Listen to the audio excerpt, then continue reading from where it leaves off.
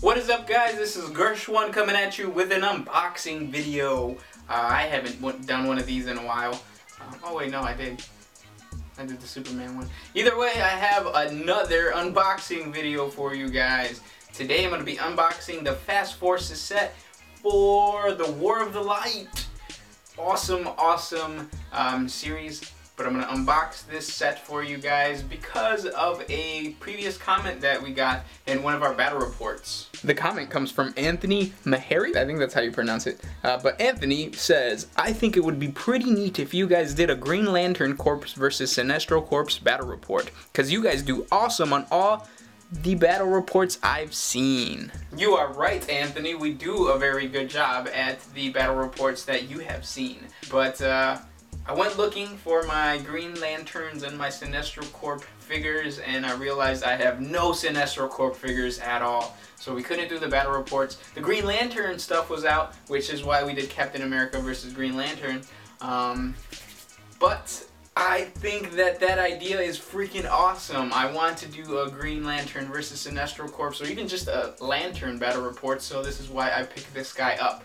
So I'm going to show you guys what comes in the Fast Force set, as well as talk a little bit about each figure. And Anthony, be on the lookout for some awesome battle reports featuring the Green Lanterns and other lanterns. This set comes with 6 figures. Each figure is the most notable lantern for their respected color.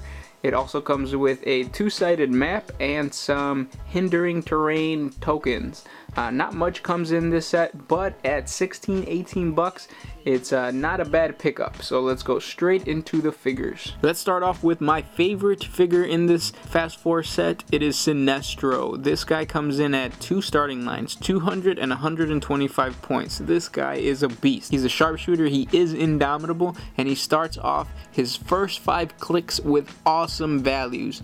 10 and 18 most of the time. He has a special move ability called Out of My Way. Sinestro can use Charge and Running Shot. When he uses Charge after action resolved, he can use Quake as a free action. This makes him perfect to be your #1 hitter. After his 5th click, he does lose a lot of his move abilities, which is the Running Shot and the special Out of My Way ability, but he gains a special attack ability called He Will Call You Gutless. Sinestro can use Penetrating Psychic Blast. When he uses it to target only the highest point opposing character, give that character an action token after action resolved. So he is getting Incapacitate, Penetrating, and he can deal damage to your opponent. And if that's not all, his last 3 dials he gets Perplex, so he can help himself to a little bit more damage. Next we take a look at Atrocitus, the king of the Red Lanterns. Atrocitus comes in at 175 points and 125 points. He also possesses a special trait which sets him apart, Never-Ending Rage. Atrocitus and characters within 5 squares possess Battle Fury.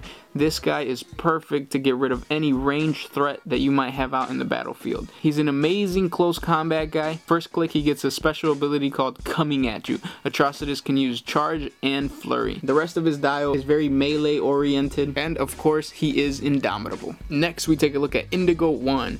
For me, it's a very expensive support piece. She comes in at 100 points.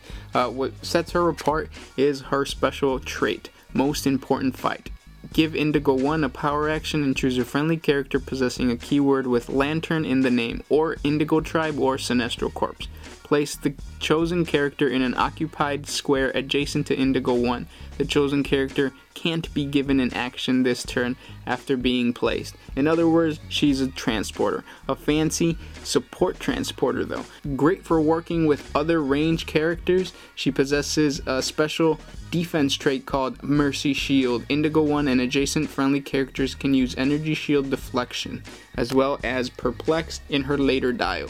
If you look at her as a threat on the battlefield with her Incapacitate first 3 clicks of her dial, she's actually not too bad for 100 points. Next we take a look at the ugliest figure in this set, Star Sapphire.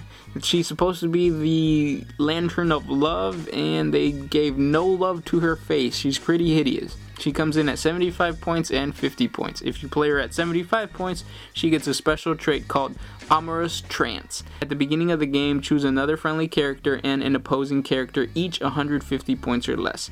The chosen characters can't target each other with an attack or deal damage to each other until Sapphire is KO'd. So, in other words, paint a big old target on her and watch everybody try to kill her. And yes, they did ignore her sculpt, but they did not ignore her dial. She comes in with great stats: phasing teleport, mind control, incapacitate, energy explosion, willpower, energy shield deflection, range combat expert, and of course support. The special trait and everything else is a reason why she's a unique character. Unfortunately, I don't really know what ability is in which dial because I've been at it for 15 minutes and I cannot click her dial. It's pretty tough, so we'll move on. We move on to Saint Walker. This guy comes in at 75 points and he is an awesome support piece. He has TK for his first 3 clicks, so he's going to be an awesome taxi. As well as having a special damage ability called Helping Hand. Friendly adjacent figures may use the sharpshooting ability and modify their range value by +1. So keep a good shooter with him and let him TK your charger. Last we come to Larfleeze. Larfleeze comes at 150 points and this monkey alien thief has a very interesting dial. Starting off, he has a special attack ability called Alone with Larfleeze. Larfleeze can use poison. If he's adjacent to exactly one character, the damage dealt by this poison is penetrating. So 1 penetrating damage every turn. Plays really good with his charge ability. That coupled with another very interesting special that comes later on in the dial. That coupled with a very interesting move special ability that comes later on in his dial. It's called You Can't Leave With Something That's Mine. Larfleeze can use Plasticity. Give Larfleeze a power action and choose an opposing character not within 8 squares. Place Larfleeze adjacent to that character and make a close combat attack. So it's a reverse twisted charge, I guess you could say. Pretty interesting. I can see this being used if your opponent is trying to run away towards the end of the game and you can kind of just jump into it. But if it's the other way around, odds are your opponent is not going to be 8 squares away. But still an interesting figure. Can't wait to go into battle with. And here is the 2-sided map. This is one side. It's the temple. Pretty badass. And then on the other side, the outside of the temple. And that was it for this video. I hope you guys enjoyed the new display of the figures and whatnot. Be sure to check out the channel, subscribe, like, and do all that cool stuff so we can keep making these videos. Just a quick side note, it's relevant to what we talked about. We had a red moon, or sorry, we had a blood moon on the 15th of this month. Did anybody, I'm just asking, did anybody say the Red Lantern Oath at 3 o'clock when the moon was at its peak? I did. Nothing happened. Otherwise, you know, I would be exploding with redness right now. But yeah, I was just wondering. Comment down below if you thought about that. Probably didn't happen to you guys either, because I would have heard about it in the news. But yeah, don't forget to like, subscribe, check out the channel. This is Gursh One, out.